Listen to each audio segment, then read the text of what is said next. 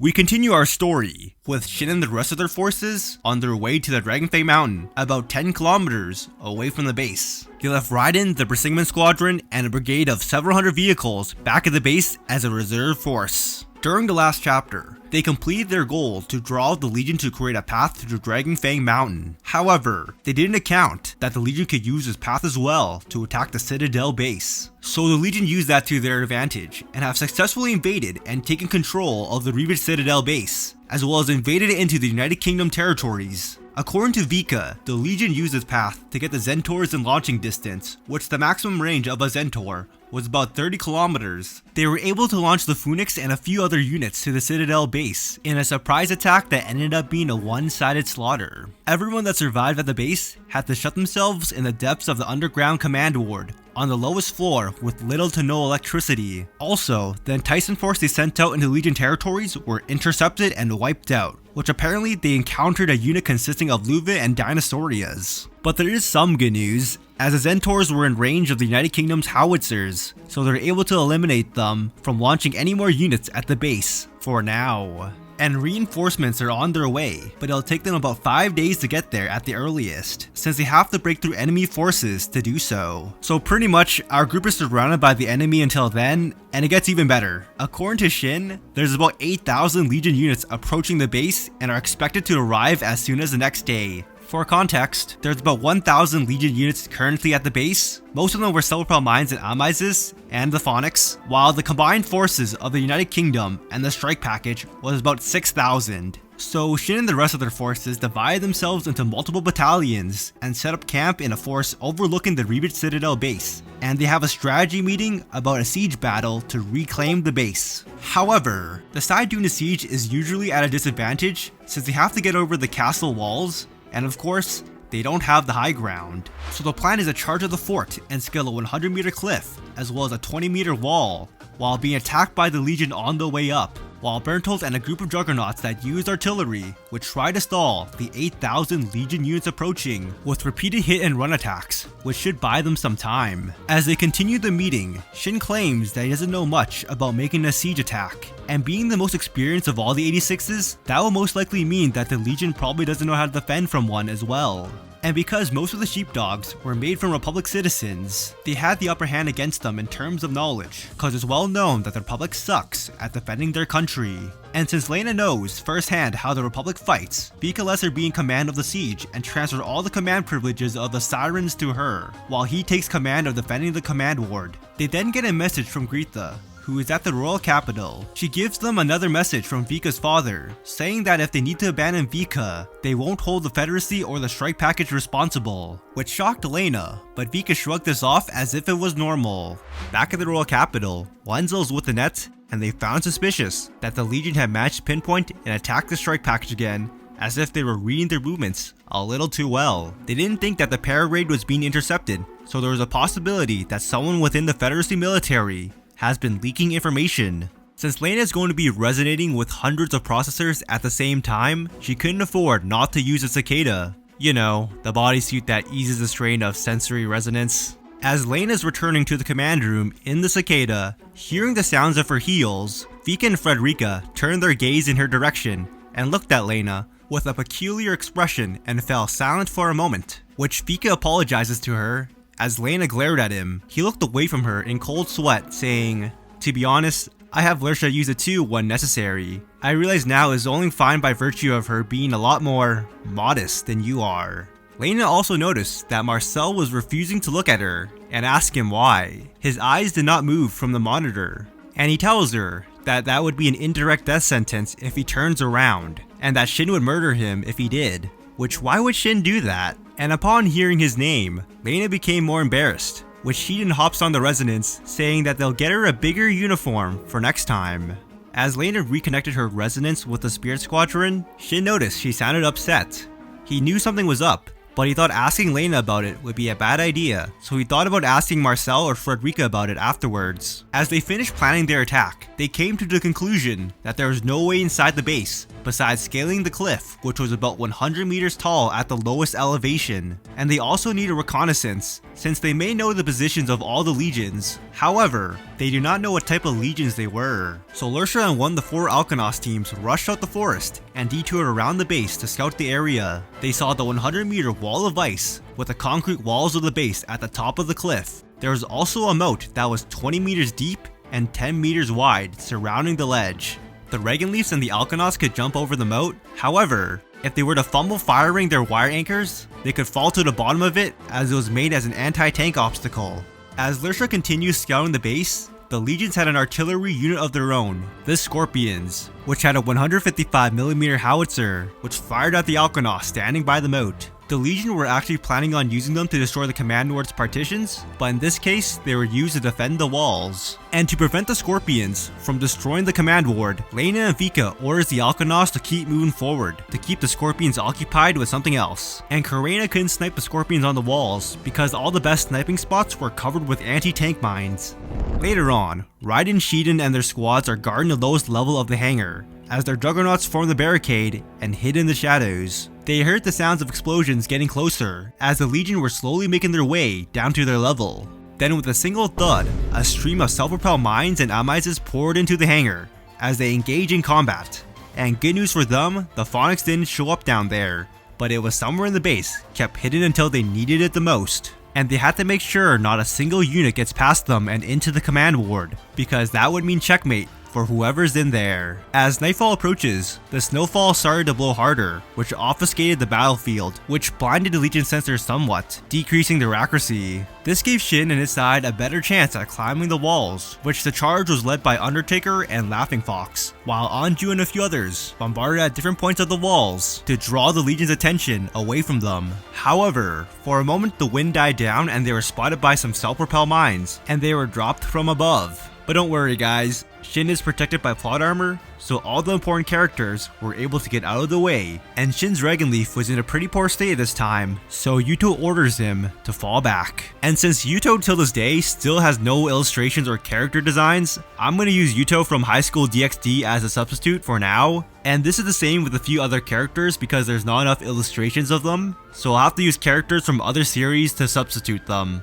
But I'll do my best to make sure they're similar in some form. Now back to the story. We head back to the Command Ward with Lena and the others. It seems like the base blacked out due to all the damages outside, so all the information on the enemy's location and what's happening outside was being cut off. But Lena is fine with that, as she has memorized the structure of the base as well as the enemy's location based off Shin's reports, and used that to simulate where the Legion would move and predict their locations from there. But all of a sudden, everyone was caught off guard as a single Eintagsfliege snuck into the room. Then Marcel easily swats it away with his assault rifle and saves the day. Everyone, we need to appreciate Marcel a little more because that Eintagsfliege could have killed everyone in the room. Marcel's the real MVP of this operation. As night falls, there's a pretty big blizzard, so climbing up the walls would be even harder. But according to Karena's recon, the Scorpions were not defending the walls as they were being serviced on the surface. So it was just the self-propelled mines defending the walls. Karena then gets into a little dispute with Dustin and Rito as she isn't really concerned about the sirens. But Dustin and Rito kind of felt bad for them as the sirens kind of reminded them of themselves back in the 86 sector. After another strategy meeting, Shin found Lursha waiting for him outside. She expressed her opinion that he pushes himself too hard, as well as the other 86s, as they have been given the precious gift of life, and she tells him they should cherish it more, which Shin asks why she's so fixated on them, as they were just soldiers from another country. Lursha paused to consider her next words wisely, but then calls herself a washing machine, which confused Shin at first. But she continues her monologue. Our role is to work in place of people. To partake in the labor of man is our purpose. And as a washing machine, watching the people before her toiling away as they sit unused, I cannot help but think, if only they were to let us handle all the strenuous work and devote their time to loving one another, to taking care of their children, to bettering and enjoying their lives, because those are privileges they could never enjoy. She continues her monologue.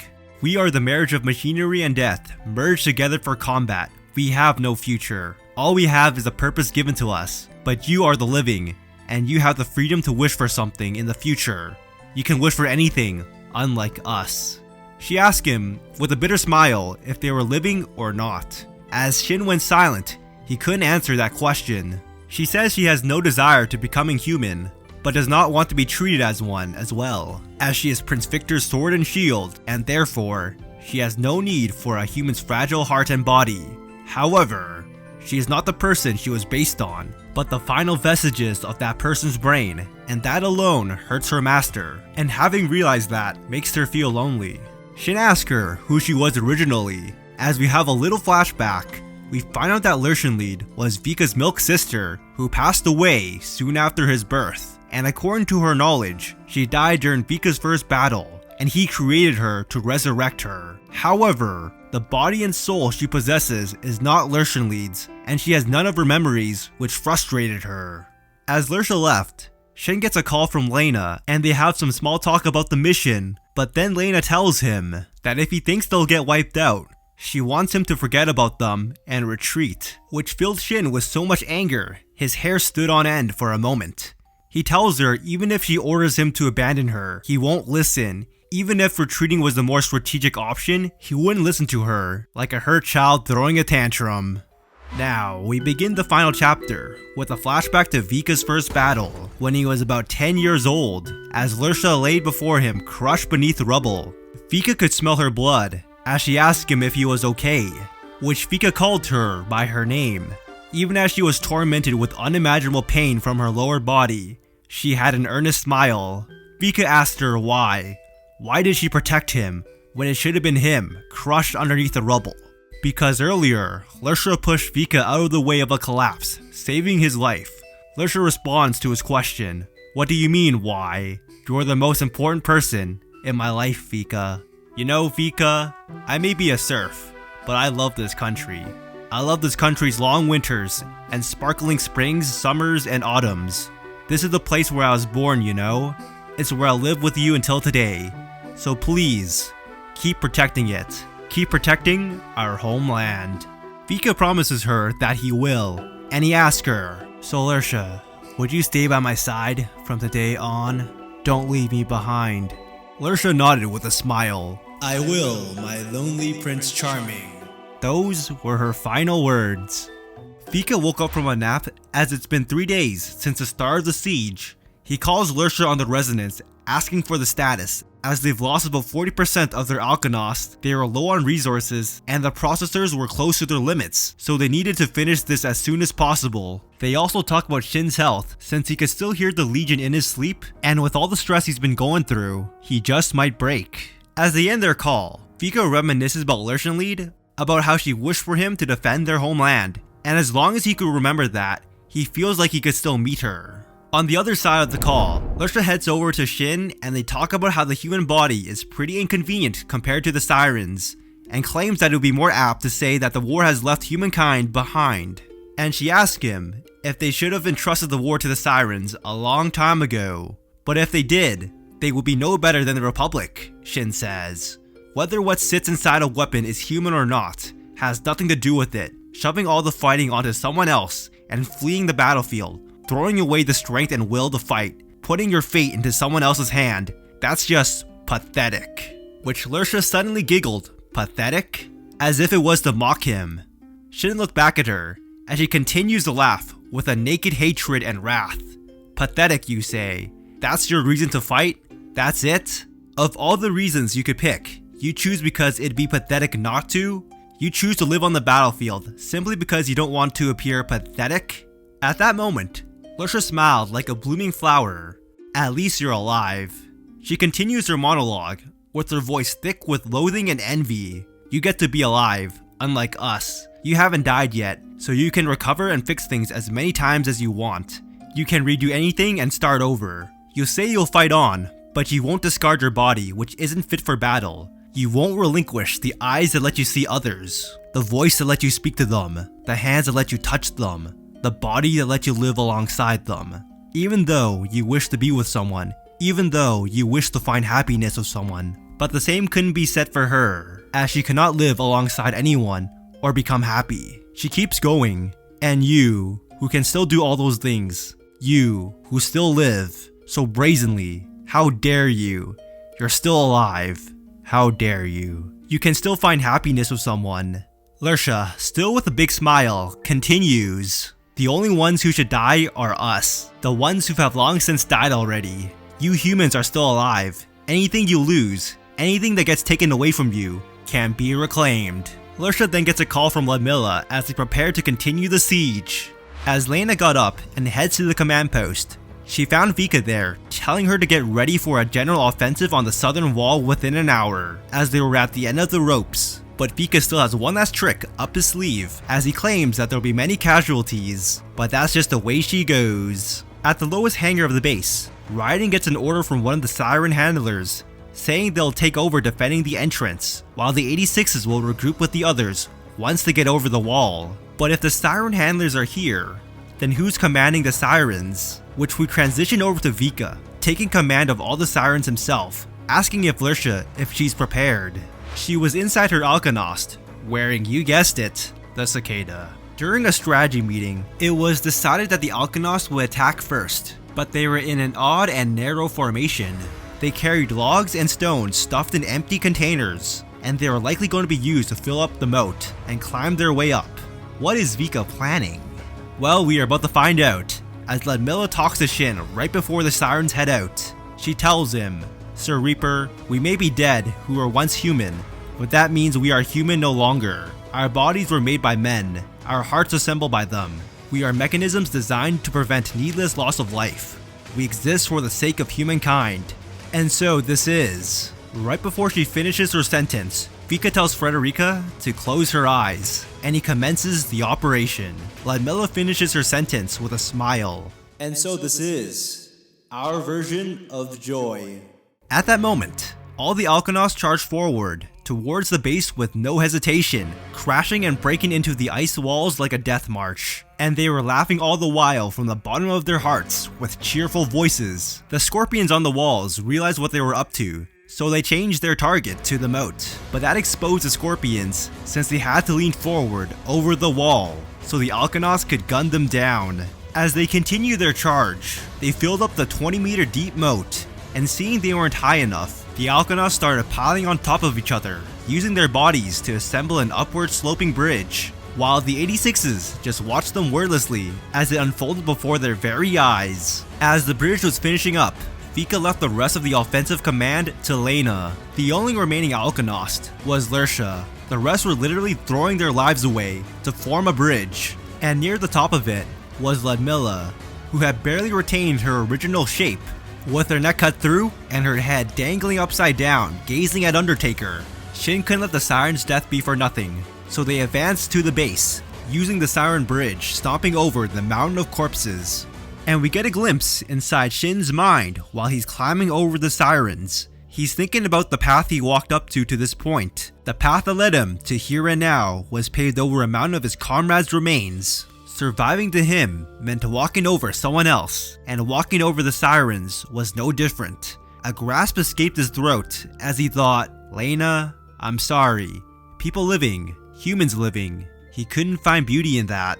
As they got into the base, they were able to take out the scorpions pretty easily, and Dustin used the wreckage of scorpions to create a white smoke screen hiding the movements of the invading force. Lursha's Chaika stopped at Undertaker's side and opened its rear canopy, saying, Sir Reaper, now, while we have the chance. Shin suddenly heard some unnatural wailing, the sound of a purely mechanical language that he couldn't understand. There was a glint emanating from the pair of optical sensors through the white smoke. It was the phonics. Lena saw it through her hollow screen. Its appearance looked different from before, as it had knife-like wings and a liquid micro-machine armor. As the white smoke cleared, Shin orders everyone to avoid close combat with it, as it began to clash with Undertaker. The Chaika jumped out the way of their duel. It was hopping left and right, ready to pounce on Undertaker, when Karina let out a cannon shell, traveling faster than the speed of light, targeting the phonics. However, it was able to cancel its jump by braking. It barely avoided the shot, but even though the shot missed, it self-destructed mid-air right in front of the phonics. Unfortunately, this barely penetrated the armor, but some of the liquid covering was torn off. At the very next moment, Anju and Snow Witch opened fire with their missile launchers zigzagging towards the phonics, but it fled away into the air. However, Laughing Fox was lying in wait as Theo pulled the trigger of his heavy machine guns towards the Phoenix as it couldn't change its trajectory mid-air. But once again, it swung its chain blade into a wall and got away. However, in another area, Raiden and Werewolf was there, and they got a few shots in on the Phoenix. Everyone was hunting the Phoenix down, including Vika and his Gaduka, and a few other squadrons got some action too. They had the Phoenix in the center of a trap, using Undertaker as the bait. That was Lena's plan. Since the objective of the Legion was annihilating them and capturing Shin, they might as well use that knowledge against them. As the battle continues, the Phoenix raised his head, as if calling for something, as a flock of Eintagsfliege fluttered down and the Phoenix divided into it, deploying its optical camouflage, disappearing from everyone's vision. However, Shin could still locate where it was using his ability, so he got Machihi and a few other captains to get some shots in on the Phoenix, tearing off more of its armor. But the Phoenix avoided some of the attacks, and it jumped from the side of the wall, but electrical wires fired off, forming a net in midair that knocked the Phoenix down mid-jump. But it was still able to escape the attacks, and everyone was running low on ammo, so most were forced to retreat. The Phoenix ran to a corner. It looked around to confirm the positions of the juggernauts surrounding it, as several layers of its liquid armor melted, forming a shape of a gun barrel, and in a blink of an eye, it fired in all directions, which kinda stunned the surrounding juggernauts, and it used that as an opportunity to rush through them, slicing through Cyclops in the process as it ran past them. It made its way to Undertaker, and they clashed. Undertaker's high-frequency blades cut through the Phoenix, but the Phoenix's chain blade cut through Undertaker's cockpit as if cutting through water. Lursha's lips curled into a twisted smile from within Undertaker's cockpit. At the very same moment, Shin was inside Lursha's Alkanos unit, which was behind the Phoenix. He switched places with Lursha under the cover of the smokescreen Dustin created. This whole switcheroo plan was Lena's idea. Even though the Alkanos and Reagan Leafs were from different countries, all the functions were more or less similar. Shin pulls the trigger from within the Alkanos, firing a heat missile from point blank behind the Phoenix in a surprise attack, and it was unable to move due to being lodged into Undertaker. However, the Phoenix reformed its liquid armor into a wire form, stabbing it into the ground to reel its body away, and it shifted its central processor out of the line of fire. The heat missile brushed aside the Phoenix's armor. This was the first time Shin has ever missed from this close of a range. However, he did manage to shave off all of its armor. As Shin was reloading, Lursha jumped out of Undertaker's cockpit. She held the high-frequency saber in her right hand, but the Phoenix was able to intercept it, and it continued to cut her from the waist down. She held her blade in an underhand grip and drove it into the base of the chain blade into the Phoenix's frame, destroying the chain blade. Her green eyes locked with Shin as she tells him to shoot it. But something crossed Shin's mind as he unleashed a heat shell that impacted and bore into the Phoenix, setting it aflame, but it still ended up escaping.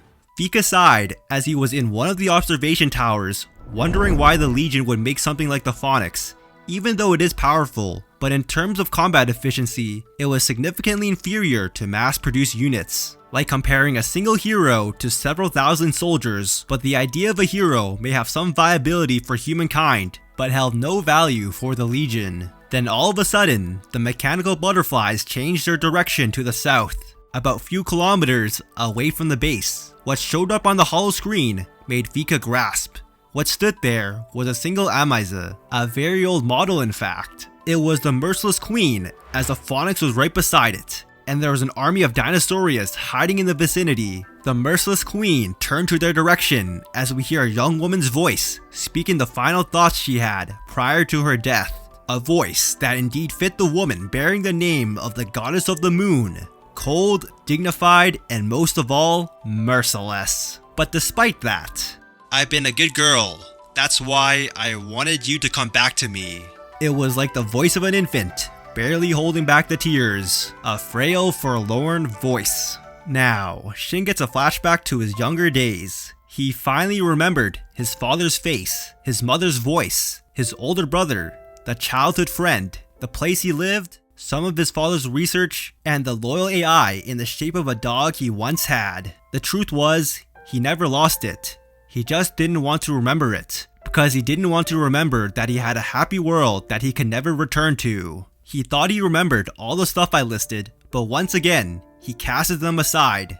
After glaring at the humans for a while, the merciless queen turned around and disappeared into the darkness of the snow, and no one gave pursuit. Now, we begin the epilogue right after the battle, as Vika looked down at Lursha, who was lying down helpless, like she was in the past. He tells her to stop breaking at every turn, which she responds saying that her shame knows no bounds. She asks him if he was okay, and he says obviously, but his inner monologue keeps going. Because you told me to protect them, so until I've protected the people of this country, until the Legion War ends, I cannot die. And after that, I will live on to the very end, even with no hopes or dreams to my name, because I believe that was what Lursha, the girl who went ahead of me, despite us being the same age, would have wanted. And before Vika carries her away, she asks him if possible, she would appreciate it if he could add a little bit more volume to her chest. Which, what is this, your sexual awakening? He then picks her head up and heads back. As the 86s are finishing up business, Rito and Raiden look back at the siege route. Rito was afraid of the sirens. As he was reflecting on the battle, he thought, maybe we were the same as them all along, ever since the 86th sector, and we called that our pride the whole time, rushing to our deaths just like them, laughing all the while. Shin was also reflecting on the matter as he was looking down at Lamilla's ruined head. He's thinking about all the times he was called a monster, which he believed was fitting. As he looked at the wreckage of Alkanost, he had no choice but to trample over them to ensure no one else would die. And that would be the same for everywhere else, just like the Republic, trampling over the 86s, the United Kingdom over the Sirens, and the Federacy over the child soldiers in order to survive. And if that's what they had to do to survive, humans were all monsters, each and every one of them, he thought. But as Shin stood there, he heard a Silver Bell voice calling his name. Lena ran up to him, clinging to his body in her rush, but Shin couldn't feel her warmth, and he tells her, "You'll get yourself dirty touching me." Which, what the fuck, Shin? How could you say that to Lena? Which Lena's fingers gripped him even more tightly, as if Shin might disappear the moment she let go. He attempted to say why, but the words won't come out. He wondered, after seeing the 86s climb over the siege route made by the Sirens, how could she still approach them without any fear? Why stay by them, as they were seen as monsters at this point? Lena knew all too well about the battlefield and the violence people were capable of. So how could she not give up on this world? How could she believe in the value that was even emptier than a fairy tale? That the world was a beautiful place? Why, Shin wondered. Why did she persist? Why did she keep going while clinging onto that wish, when letting go of it would make it easier? And how could Lena keep wishing for it? Shin thought. But he couldn't come up with the answers, and he never even thought to ask. He never even considered that he wanted to know. Shin believed he achieved something by reuniting with her. But once he met her, he made no attempt to understand her. For the first time, he realized he knew absolutely nothing about her. And that is the end of the volume.